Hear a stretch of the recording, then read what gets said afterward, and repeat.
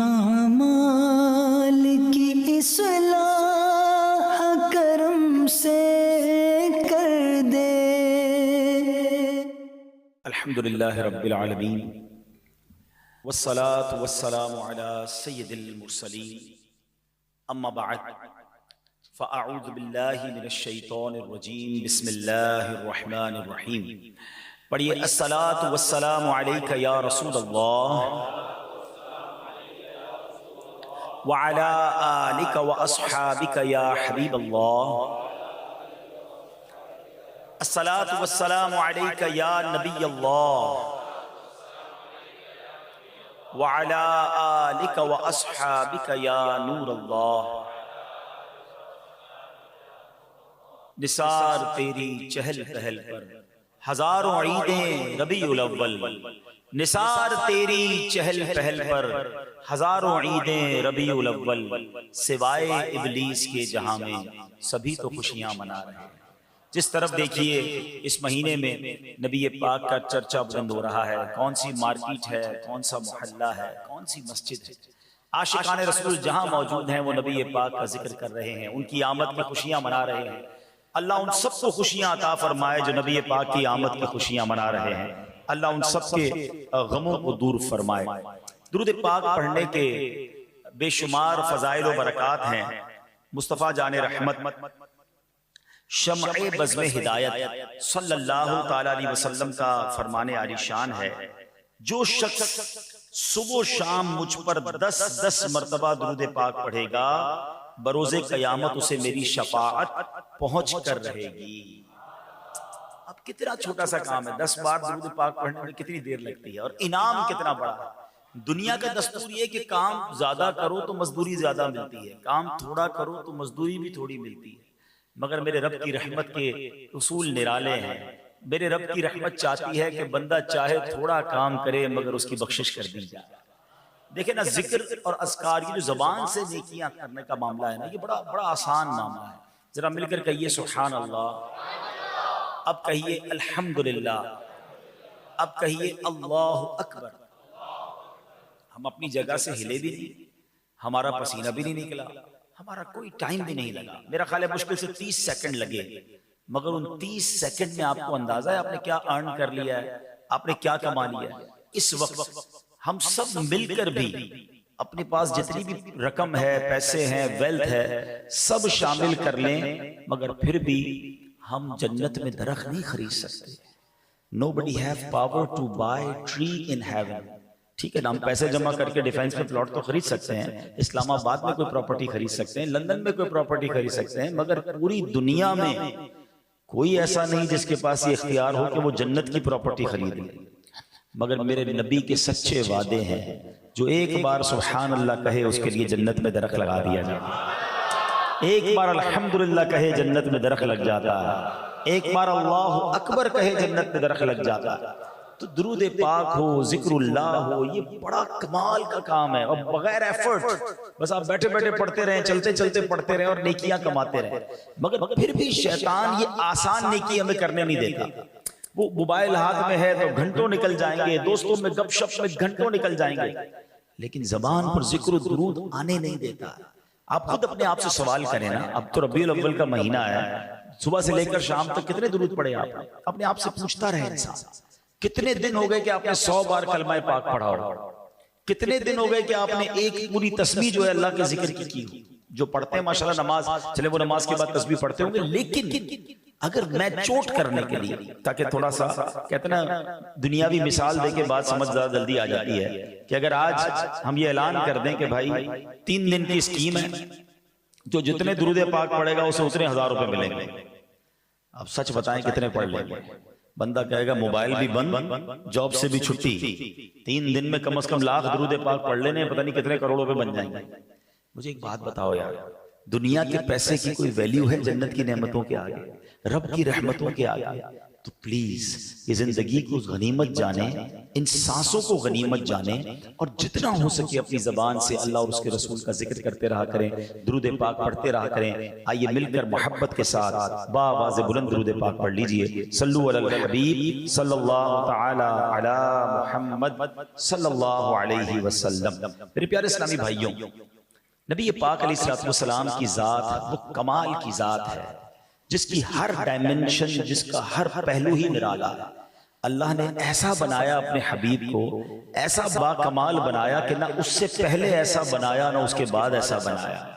वो पंजाबी शायर कहते हैं ना, एडा सोना नबी कोई दुनिया ते आया नहीं, यार ऐहो जिया कोई रब ने बनाया नहीं, यार ऐहो जिया कोई रब ने बनाया नहीं।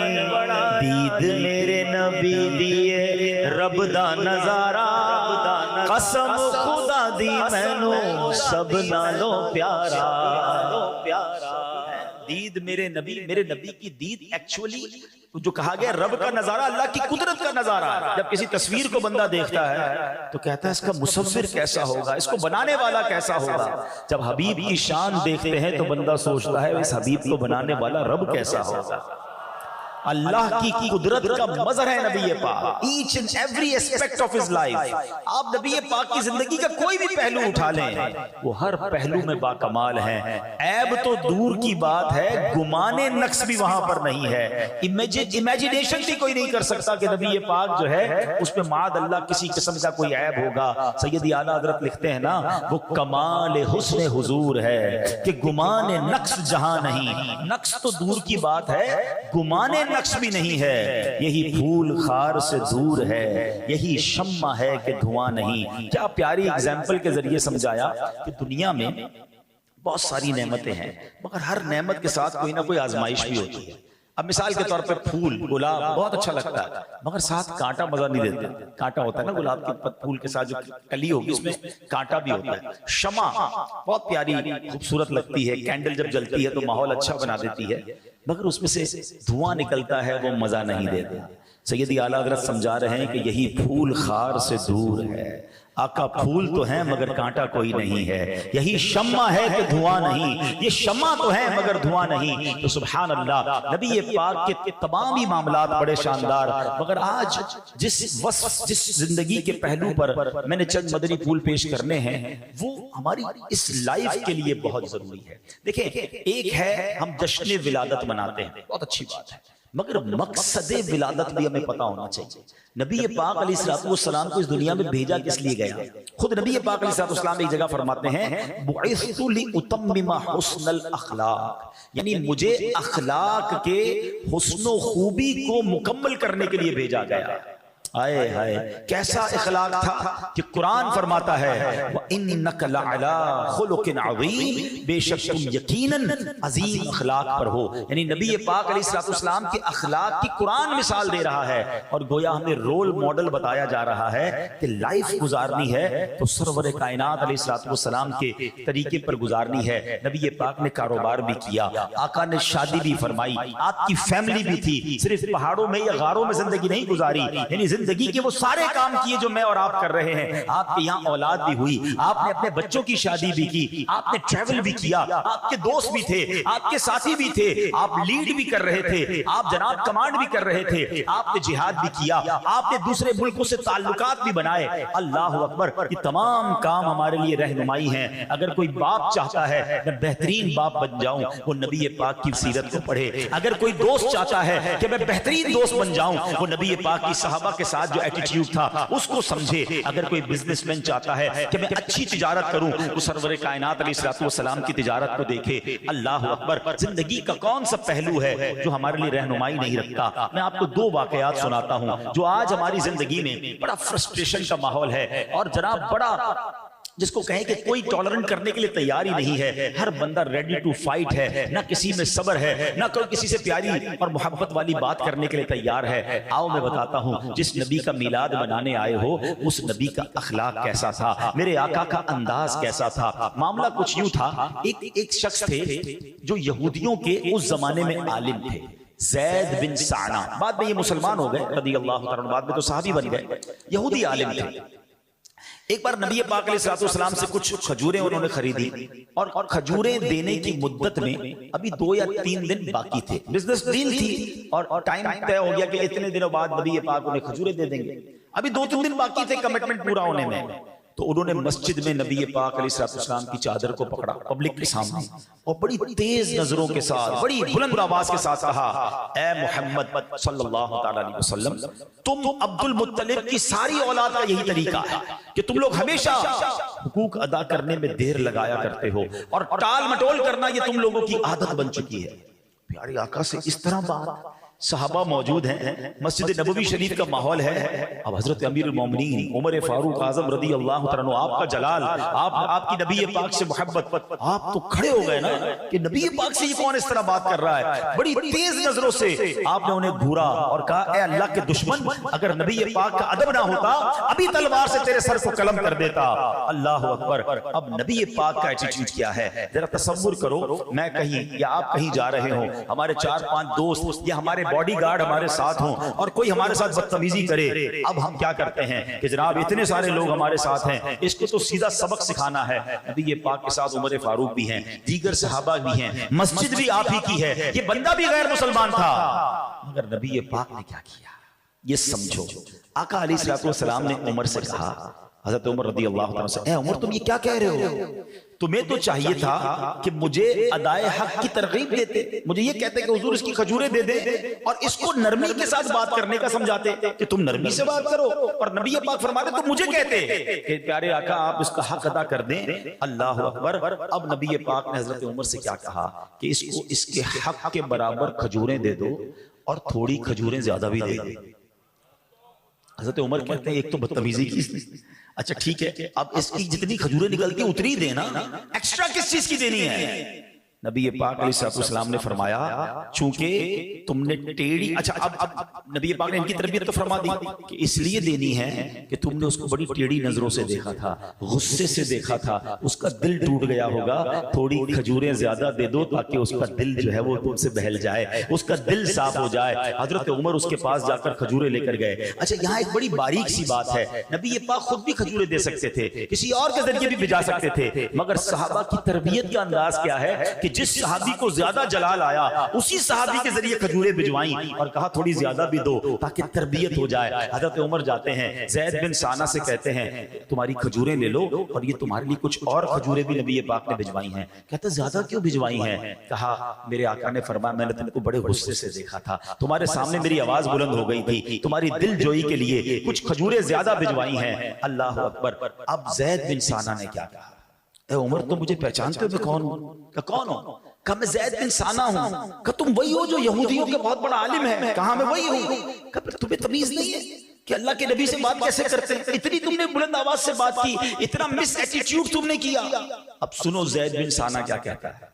वो कहते हैं बात यह है कि मैंने अपनी किताबों में पढ़ा है कि जो आखिरी नबी होंगे उनमें 2 निशानियां होंगी, एक तो ये उनकी नरमी गुस्से पर गालिब रहेगी और दूसरी ये कि जितनी जहालत का बर्ताव किया जाएगा उतना हिल्म और बुर्दबारी उनका बढ़ता चला जाएगा।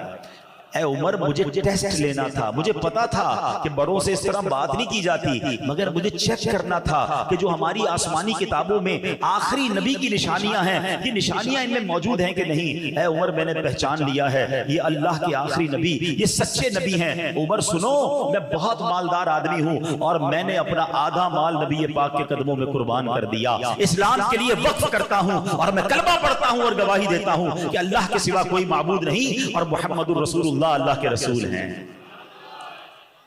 अल्लाह अकबर। ये एक वाकया काश हमें समझ आ जाए। देखिए टिट फॉर टैट, जैसे को तैसा, ईंट का जवाब पत्थर से। अरे इसने मेरे सामने बदतमीजी की, अब मैं इसको बताता हूं मैं कौन हूं। इसने एक गाली दी मैं इसको 7 गालियां दूंगा, इसने बदतमीजी की अब उसकी औकात याद दिलाऊंगा। ये इस्लाम नहीं है। नबी ये पाक और सहाबा यहां बदला लेते तो क्या ज़ैद बिन साना मुसलमान होते? ऑलवेज आप माफ करके दोस्त बना सकते हैं, आप बदला लेके दोस्त नहीं बना सकते। बहुत थोड़ी लाइफ है, 50 60 70 साल रहना है। अगर इसमें भी लड़ाइयां ही करते रहे, दुश्मन बनाते रहे, तो जिंदगी का लुत्फ क्या रहेगा? अरे माफ कर दिया करो, दरगुजर कर दिया करो, दोस्त बनाया करो। लाइफ थोड़ी है, लाइफ एंजॉय करो। लेकिन आज हाल ये है, फला भाई से बात नहीं है, फला बिजनेसमैन से मेरी बात बंद है, उस रिश्तेदार के घर में नहीं जाता, नहीं मैं उसकी दावत में नहीं जाऊंगा। अरे जिंदगी को शॉर्ट क्यों करते जा रहे हो? अपने मामलात को क्यों कम करते जा रहे हो? आका का ये तरीका नहीं था। अच्छा, नात हम सब पढ़ते हैं, सलाम उस पर कि जिसने गालियां सुनकर दुआएं दी, सलाम उस पर कि जिसने खून के प्यासों को कबाएं दी। आका तो जानी दुश्मन को माफ कर देते, हम जनाब एक गलती किसी की माफ करने के लिए तैयार नहीं है। एक बार नबी पाक सल्लल्लाहु अलैहि वसल्लम कहीं आराम कर रहे थे, एक दुश्मन गैर मुस्लिम मादअल्लाह नबी पाक पर मादअल्लाह कातिलाना हमला करने के लिए तलवार लेकर आ गया। कोई गार्ड नहीं, नबी पाक के साथ कोई उस वक्त सहाबी भी नहीं था, हाथ में तलवार, नाम था उसका गौरस। नबी पाक के सामने आके खड़ा हो गया, प्यारे आका की मुबारक आंखें खुली। गौरस बड़े तकब्बुर में कहता है, ऐ मोहम्मद, आज तुम्हें मुझसे कौन बचाएगा? क्योंकि कोई नहीं था, हाथ में उसके तलवार है। सुभान अल्लाह, नबी पाक ने एक ही लफ्ज कहा, अल्लाह। अदा किसकी जबान से हुआ था? अल्लाह के हबीब की जबान से। नाम किसका कहा? अल्लाह। अल्लाहु अकबर, ये लफ्ज की ऐसी हैबत तारी हुई गौरस पर कि वो लरसने लगा, उसके हाथ से तलवार गिर गई। अब नबी पाक ने तलवार उठाई, कहा गौरस अब तुम्हें कौन बचाएगा मुझसे? अब तुम्हें कौन बचाएगा? अब जरा सोचो, जो बंदा मारने आया है, अब आपके हाथ में तलवार आ गई है। वो कहता है, आप तो करीम बाप के करीम बैठे हैं, आप तो माफ करने वाले हैं, गलती हो गई, मुझे माफ कर दें। नबी पाक ने उसे माफ किया। अपनी कौम में जाकर कहता है, ऐसी शख्सियत से मिलकर आया हूं जो खून के प्यासों को माफ कर देते हैं। कलमा पढ़कर गौरस में मुसलमान हो गए।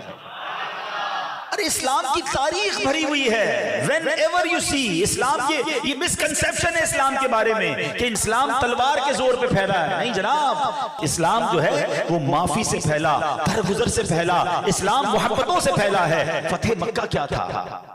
आपने कभी इसको अगर स्टडी करें ना, अल्लाह अकबर, पहले तो जरा मक्के वालों का जुल्म याद करो कि नबी पाक की राह में कांटे बिछाए जाते, प्यारे आका पर पत्थर इन लोगों ने बरसाए, सहाबा किराम को शहीद किया, नबी पाक के सहाबा को तपती रेतों पर लिटाया, कई सहाबा को जख्मी कर दिया। और फिर एक वक्त ऐसा आया कि नबी पाक को मक्का छोड़ना पड़ा। कभी सोचो, कराची में जो रहते हैं, जिनकी पैदाइश कराची की है, आपकी उम्र 50 साल हो जाए, आपके बच्चे यहाँ हो, बच्चों के बच्चे यहाँ हो, आपका कारोबार यहाँ हो, आपकी प्रॉपर्टी यहाँ हो, और एक वक्त ऐसा आए कि आपके साथ इतना जुल्म हो कि आपको सब छोड़ के जाना पड़े, कितना दुख होगा नबी। और फिर काबा भी वहां हो, मक्का भी वहां हो। नबी पाक जब मक्के से गए थे ना मदीने, बड़े अफसरदा थे, और आपने एक घाटी पर खड़े होकर काबे की तरफ इशारा करके कहा था, ऐ काबा, अगर मुझे मक्के वाले ना निकालते तो मैं कभी तुझे छोड़ के ना जाता। बड़े गमज़दा दिल के साथ। और फिर वो सफर भी कितना खौफनाक, और कितना यूं समझिए कि दुश्मनों का खौफ था कि सैयदना अबू बकर सिद्दीक को लेकर अकेले ट्रैवल किया था नबी पाक ने। गारे सौर में 3 दिन 3 रातें गुजारी, और रास्ता बदल के नबी पाक जो है वो मदीने पहुंचे थे। मगर सिर्फ 8 साल के अंदर अल्लाह ने इस्लाम को वो ताकत दी कि वही आका अलैहिस्सलाम जो अपने सहाबा को पहले खामोशी से मदीने पहुंचने की आपने तलकीन की थी, अब 10,000 का लश्कर लेकर मक्के आ रहे हैं। और सुभान अल्लाह, बगैर जंग के मक्का फतह हो गया। अब वो सारे दुश्मन सामने खड़े थे जिन्होंने सहाबा को शहीद किया था, नबी पाक के बच्चों को रुलाया था, खुद नबी पाक के बारे में बहुत बुरी बुरी बातें कही थी और मक्का छोड़ने पर मजबूर किया था। वो सारे समझते थे कि आज हमारी बोटी बोटी कर दी जाएगी। मगर जब नबी पाक अलैहिस्सलाम ने पूछा कि बताओ कि आज तुम्हें मालूम है मैं तुम्हारे साथ क्या मामला करने वाला, तो सब और कांपने लगे कि आज तो गए, सबके सर कलम होंगे। मगर बड़े लरसते हुए उन मक्के वालों ने कहा था, हम आप तो बड़े करम वाले हैं, आप तो बड़े करीम हैं, आप तो माफ करने वाले हैं। नबी पाक ने जवाब दिया, आका ने फरमाया, ला तसरीब अलैकुमुल यौमा फदहबू अंतुमुत तुलका, आज तुम पर कोई इल्जाम नहीं, जाओ तुम सारे के सारे आजाद हो। आम माफी दे दी। अच्छा, यहां तक वाकया सबने सुना है, इस वाक़े के बाद टर्नआउट क्या हुआ, रिजल्ट क्या आया, जरा समझिएगा। लॉजिकली एक बात समझाना चाहता हूं। मक्का फतह हुआ है 8 हिजरी में, ठीक है। कितने मुसलमान थे? 10,000 मुसलमान मदीने से लश्कर के तौर पर आए थे। कुछ औरतें मदीने में होंगी, वहां भी 10,000 आप काउंट कर लो। तो all together in all around the world 20-25 हजार से ज्यादा मुसलमान नहीं हैं। मगर इधर माफी का ऐलान हुआ, वो ज़ारो कितार रोने लगे। उनको ख्याल ही नहीं था कि हम माफ किए जाएंगे। हमने तो इनके बच्चों को, इनके सहाबा को शहीद किया, हमने इनकी औरतों के साथ बदतमीजी की, हमने इनके साथ बड़ा जुल्म किया, इनकी प्रॉपर्टी पर कब्जा कर लिया, ये आज हमें कैसे छोड़ेंगे। मगर जब नबी पाक ने माफ किया ना, तो अहले मक्का ज़ारो कितार रोने लगे और हजारों की तादाद में लोग कलमा पढ़कर मुसलमान हो गए। अच्छा, इसका रिजल्ट क्या आया? हुज्जतुल विदा कब हुआ है? देखो, मैं आपको चले छोटी सी इस्लाम की हिस्ट्री समझो। इस्लाम किस ग्रेजुअली अंदाज से आगे बढ़ा है। इस्लाम जब नबी पाक अलैहिस्सलाम मक्के से मदीने गए ना, तो तकरीबन 70-80 सहाबा हिजरत करके गए थे। वहां पहले से कुछ सहाबा मौजूद थे। 2 हिजरी में गज़वाए बदर होता है। कितने सहाबा थे? सबको बदर वालों की तादाद याद होगी, 313, याद है ना? 2 हिजरी हिजरत करके गए और आफ्टर 2 इयर्स ओनली। और उस वक्त नबी पाक ने बदर के मैदान में एक जुमला कहा था, दुआ करते हुए कि या अल्लाह, अगर आज ये मारे गए तो तेरा नाम लेने वाला दुनिया में कोई नहीं होगा। इसका मतलब पूरी दुनिया में 313 सहाबा बदर में थे, कुछ खवातीन होंगी। ऑल टुगेदर मोटा हिसाब कर लो 600-700 लोग दुनिया में मुसलमान थे। हिजरी कौन सी है? 2। 3 हिजरी में होता है गज़वाए उहद, वहां 700 मुसलमान उहद के मैदान में हैं। 300 से तादाद कहां पहुंची? 700 तक। फिर उसके बाद आगे चले, 6 हिजरी में सुलह हुदैबिया होता है, जब मुसलमान मदीने से मक्के उमरा करने गए थे। 1400 का नबी पाक लश्कर लेकर आए थे। 700 से तादाद कहां पहुंची? 1400। कितनी स्लो ग्रोथ है, समझ रहे हो आप? नबी पाक ने ऐलान नबूवत कब किया है? 40 साल की उम्र में। थोड़ा मेरे साथ रहो ना तो सीख लोगे बात को। कितने साल की उम्र में किया? 40 साल की उम्र में। मक्के कब गए थे? 53 साल की उम्र में। 13 साल की तबलीग के बाद 70-80-100 मुसलमान हुए। 2 हिजरी और मिला लें, 13 और 2 कितने हो गए? 15 साल में बदर होता है। बदर में कितने थे? 313। अब जनाब आगे जाकर 6 हिजरी में हो रहा है सुलह हुदैबिया। कितने हो गए? 1400। 6 और 13 साल मक्के वाले, 19 साल की तबलीग है। और मुसलमान कितने हुए? 1400। समझ रहे हो? तबलीग कौन कर रहा है? रब के हबीब। कितनी तकलीफें उठाई। और अब 8 हिजरी में, अच्छा सुलह हुदैबिया मेरा मौजू नहीं है, वरना जिन्होंने पढ़ा है वो मेरा जुमला पिक कर लेंगे। आपको याद होगा जब सुलह हुदैबिया में नबी पाक ने इहराम उतारा था ना, तो कुछ सहाबा ने कहा था, हुजूर ये कैसी मुआहिदा है, हम बगैर उम्रा किए जा रहे हैं। तो आपने फरमाया था ये फतह है, ये फतह की तरफ इशारा है। मेरे आका ने मुस्तकबिल की प्लानिंग बताई थी। 6 हिजरी में 1400 हैं, 8 हिजरी में 10,000 का लश्कर लेकर आ रहा है और मक्का फतह हो गया विदिन 2 इयर्स। फिर भी मैं अब जो बताने जा रहा हूं बात, वो बड़ी अमेजिंग बात है, ये आपको पता होनी चाहिए। 10,000 लोग कब हैं? 8 हिजरी में। अगेन कैलकुलेट करते हैं, 13 साल मक्के वाले, 8 साल मदीने वाले, कितने हो गए? 21 साल। कितने मुसलमान हुए? 10,000। समझ रहे हो ना बात? अब 9 हिजरी में हुज्जतुल विदा होता है। अरफात के मैदान में 1,24,000 सहाबा मौजूद है। इदा जा नस्रुल्लाहि वल फतह व रअयतन नास यदखुलून फी दीनिल्लाहि अफवाजा। रब ने कुरान में अब नबी को बशारत दे दी थी कि एक वक्त आएगा कि फौज दर फौज लोग मुसलमान होंगे। ये फतेह मक्का का रिजल्ट था कि नबी पाक ने बदला नहीं लिया, उनके सर कलम नहीं किए। अगर वहां सर कलम किए जाते, वो मक्के के सारे लोग दुश्मन बनते, उनकी औलाद बदला लेती, मुसलमान जंग में लगे रहते। आका ने सबको माफ किया। 1 साल के अंदर 10,000 का फिगर जो है वो 1,24,000 तक पहुंच गया। और उसके बाद जो इस्लाम ने टेक ऑफ किया है, आज दुनिया का कौन सा कोना है जहां मेरे आका का नाम लेने वाले नहीं, जहां मुसलमान नहीं। बताया जाता है 200 करोड़ मुसलमान इस वक्त दुनिया में मौजूद हैं। और इस वक्त भी दुनिया में सबसे तेजी से फैलने वाला अगर कोई मजहब है, the most growing religion on earth, Allah की रहमत से वो हमारा मजहब इस्लाम है। तो इस्लाम माफी से फैला है, इस्लाम दरगुजर से फैला है। और आज वही जाहिलियत की रस्में हमारे अंदर आ गई। मैं माफ नहीं करूंगा, मैं जनाब किसी, मैं कैसे छोड़ दूं, मैं बताऊंगा मैं कौन हूं। वाकई ये वो गलती कर रहे हैं। हम नबी पाक को भी नाराज करते हैं, अल्लाह को भी नाराज करते हैं कि जब हम बदला लेने की बात करते हैं, हम दुश्मनी की बात करते हैं, हम छोटी गलती भी किसी की माफ नहीं करते। हमारा मुलाजिम गलती करे उसको गालियां निकालते हैं, उसको बुरा भला कहते हैं। अरे वो इंसान है, हो गई गलती, कभी माफ भी कर दिया करो। हर गलती की सजा नहीं होती। बीवी से गलती हो जाए उसको गालियां देते हैं, बच्चों से गलती हो जाए बाज़ औक़ात उस पर ज्यादती करते हैं। ऐसा ना करो ऐ मेरे प्यारे इस्लामी भाइयों, अल्लाह माफ करने वाला है और माफी को पसंद करता है। हम सब ये चाहते हैं कि अल्लाह हम सबको माफ कर दे, हैं? ये चाहते हो ना? कभी क्या दुआ करते हो? अल्लाह मेरे सारे गुनाह माफ कर दे। तुमने किसी को माफ किया है? ये कैसी अजीब बात है कि मैं अल्लाह के बंदों को माफ करने के लिए तैयार नहीं हूं और अल्लाह से कह रहा हूं या अल्लाह तू मुझे माफ कर दे। अरे कभी ये तो सोचो कि अल्लाह की बारगाह में जवाब क्या दोगे? मजा ये है कि तुम रब से यूं दुआ करो कि अल्लाह मैंने तेरे सारे बंदों को माफ कर दिया, ए मेरे मौला तू भी मुझे माफ कर दे। मैं बंदा होकर मेरे बंदों को माफ किया, दुखाया मेरा दिल लोगों ने, सताया मुझे, तकलीफ दी, मगर मौला तुझे माफी बड़ी पसंद है, मैंने तेरे सारे बंदों को माफ किया, अब एक करीम तू भी मुझे माफ कर दे। ये रेलेवेंट माफी बनती है ना? मगर आज दिलों में कदूरतें, दिलों में दुश्मनियां और अल्लाह से माफी मांग रहे हैं। प्लीज सोचो, एक वाकया आपने सुना होगा कि ये माफी कितनी रब को पसंद है। पता है, एक शख्स था, उसकी बीवी ने एक बार खाने में नमक बहुत ज्यादा डाल दिया। ठीक है, अब जब नमक डाला तो उसको तो बड़ा गुस्सा आया कि यही प्लेट उठा के इसके मुंह पे मारूं।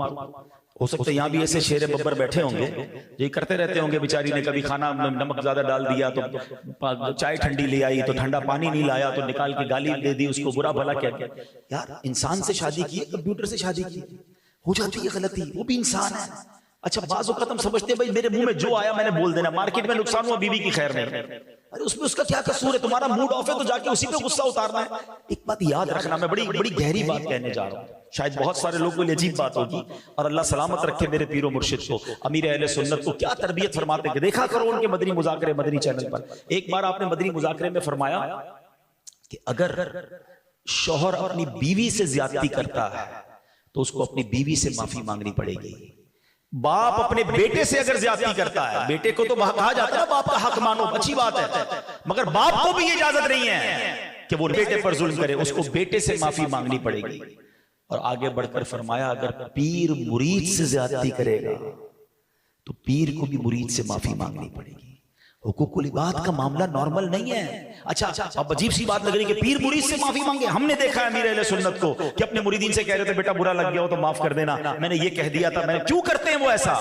क्योंकि उन्होंने सीरत मुस्तफा पढ़ी है। अरे जब मेरे आका अपने सहाबा से कहते हैं कि किसी का हक आता हो तो मुझसे ले लो, एक सहाबी तो खड़े हो गए, कहा हुजूर मेरा एक हक निकलता है आप पर। क्या हक निकलता है? कहा हुजूर आप सफे दुरुस्त कर रहे थे, एक छड़ी आपने मेरे पेट पे मार दी थी, मुझे बदला चाहिए। नबी पाक ने फरमाया आओ अपना बदला ले लो, मैं हाजिर हूं। सारे सहाबा हैरान कि कैसी बातें कर रहा है, नबी ये पाक से बदला लेगा। अब वो सहाबी कहते हैं हुजूर ऐसे नहीं, जब आपने मेरे पेट में छड़ी लगाई थी ना, मेरा कुर्ता नहीं था, मेरा पेट नंगा था, आप कुर्ता ऊपर कीजिए। अल्लाह के हबीब ने कुर्ता ऊपर किया, लोगों की चीखें निकल गई कि ये क्या करने जा रहा है। मगर वो सहाबी भी कमाल के थे, दौड़ते हुए गए और नबी पाक से लिपट गए। कहते हुजूर मसला ये बदला नहीं लेना था, जंग होने वाली है, गजवा शुरू होने वाला है, क्या पता मेरे मुकद्दर में शहादत हो, मैं चाहता हूं मरने से पहले मेरा जिस्म आपके जिस्म से टच हो जाए। मगर नबी पाक की क्या आदत, क्या हक निकलता है तो ले लो, यहां सुलह हो जाए वहां मारे जाएंगे।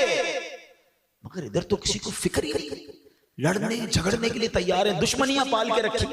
तो मैं वाकया सुना रहा था कि उस बंदे की बीवी ने खाने में नमक ज्यादा डाला, बड़ा गुस्सा, अभी देता हूं बदला। मगर बदला फिर सोचने लगा यार मैं एक गलती मेरी बीवी ने की है, मुझे गुस्सा आ रहा है, बदला लेने को जी चाह रहा है। मैं तो सुबह से शाम तक अपने रब की कितनी नाफरमानियां करता हूं, अगर मेरे रब ने मेरी पकड़ करनी शुरू की तो मेरा क्या बनेगा। कहता मैंने कुछ नहीं कहा, चुपचाप मैंने खाना खा लिया, छोड़ दिया बीवी को।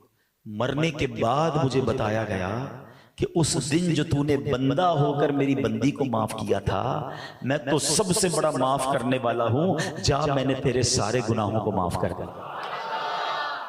ये है माफी, ये है दरगुजर, और ये है नबी पाक का तरीका। मैं असल में चाहता ये हूं, जो मैं कोशिश कर रहा हूं, जहां भी हम बयान कर रहे हैं, ये मैसेज लेके चल रहे हैं कि यार मीलाद तो हम हर साल मनाते हैं, मगर मीलाद के इस महीने के बाद मेरे अंदर फर्क क्या आता है? मैं जैसा मीलाद से पहले वैसा ही मीलाद के बाद, तो मैंने क्या लिया इस रहमत की बारिश से? बारिश तो बरसी मगर मेरा दामन तो खाली रहा। अगर मैं पहले ही लड़ाई झगड़े वाला, मीलाद के बाद भी लड़ाई झगड़े वाला, पहले भी बेनमाजी बाद में भी बेनमाजी, पहले भी बद अखलाक अब भी बद अखलाक, मीलाद के महीने से पहले भी हराम कमाने वाला, मीलाद का महीना गुजारा, मीलाद भी मनाया, परचम भी लगाए, लाइटें भी लगाई, लंगर भी खाया, फिर हराम कमाने वाला। तो क्या इंप्लीमेंट हुआ मेरी जात पे? मुझे मीलाद ने क्या दिया? इसका मतलब मैंने दिल का दरवाजा खोला नहीं है, वरना मीलाद के इज्तिमा में तो बड़ी बरकत होती है। प्लीज कम से कम यार रबीउल अव्वल के महीने में नबी पाक की एक अदा तो सीख लो कि यार ये वाली अब बस मेरी लाइफ में आज के बाद में इसको शामिल कर लेता हूं। आपको कोई कहे यार तुम तो बहुत गुस्से होते थे, बात बात पे लड़ते थे, तुम बड़े नरम हो गए हो, तो आप कहें यार आका का मीलाद आया है, मेरे आका माफ करने वाले थे, मैं भी माफ करने वाला बन गया। यार तुम फजर भी पढ़ने लग गए, सारी नमाजें पढ़ने लग गए, तो आप जवाब दें कि बस नबी पाक का मीलाद आया और आका ने फरमाया जो इलत कुर्रतु ऐनी फिस्सलाह, नमाज में मेरी आंखों की ठंडक है। नबी पाक का बर्थडे था, गिफ्ट भी तो देना था ना, मैंने आका को नमाज का तोहफा दिया, मैं 5 वक्त का नमाजी बन गया। तो मीलाद का एसेंस मिलेगा ना, तो उसकी बरकतें मिलेंगी, तो मजा है कि यार हम मीलाद करते तो हमारे अंदर फर्क आता है। इतनी सारी नबी पाक की सीरत सुनते हैं, खुद वैसे के वैसे ही रहते हैं। नहीं तो मेरे प्यारे इस्लामी भाई देखें, ये जो हुकूकुल इबाद है ना, ये मामला ज्यादा सेंसिटिव है। देखिए माशाल्लाह मुझे काफी सारे चेहरे नजर आ रहे हैं, नमाजी भी हैं, चेहरे पे दाढ़ी भी है, यहाँ हाजी भी होंगे, उम्रा करने वाले भी होंगे, सदका खैरात करने वाले होंगे, बहुत अच्छी बात है। मगर ये सारे काम पता है क्या है? ये है हुकूकुल्लाह। अब मेरा और अल्लाह का मामला है। खुदा ना खास्ता अगर कोई शख्स 70 साल तक नमाज ना पढ़े ना, एक बार सच्ची तौबा कर ले, अल्लाह कबूल कर ले, उसके सारे गुनाह मुआफ फरमा देगा। लेकिन बंदों से जो मामला है ना, वो ज्यादा सेंसिटिव है, क्योंकि अगर किसी का दिल दुखाया ना, किसी के साथ ज्यादती की, तो जब तक बंदा माफ नहीं करेगा, रब भी माफ नहीं फरमाएगा। आप सोचिए, हम बाज़ औक़ात नमाज में पंक्चुअल होते हैं, हज भी कर रहे होते हैं, रोजे भी रख रहे होते हैं, लेकिन लोगों के साथ बर्ताव ठीक नहीं होता, फैमिली के साथ बर्ताव ठीक नहीं होता, किसी के साथ नरमी से बात नहीं कर रहे होते। ये ना करें। यहां तो बंदा कहता है जो करना है कर ले, मेरे आगे कोई नहीं बोल सकता, मुझसे कौन पैसे वसूल कर सकता है, जो तेरे से हो सकता है कर ले। जुमले बोला ना करो। हाँ ठीक है, वो गरीब जो है ना कुछ कर नहीं सकता, मगर एक काम कर सकता है कि अल्लाह को मदद के लिए पुकार सकता है। और जालिम की गिरेबान पर मजलूम का हाथ होता है जब रब अज़्ज़ वजल उससे इंतकाम लेता है। मैं पंजाब में पिछले दिनों गया, एक जुमला सुना, मुझे तो कपकपी आ गई। पंजाबी लोग एक बड़ा प्यारा जुमला कहते हैं मजबूत आदमी से न डरो, माड़े आदमी से डरो। मतलब माड़ा कहते हैं कमजोर को। तो मैं हैरान, मैंने कहा इसका क्या मतलब? कहते हैं माड़ा जब हाथ उठाता है ना, जब फरियाद करता है ना, तो वो अर्श तक जाती है।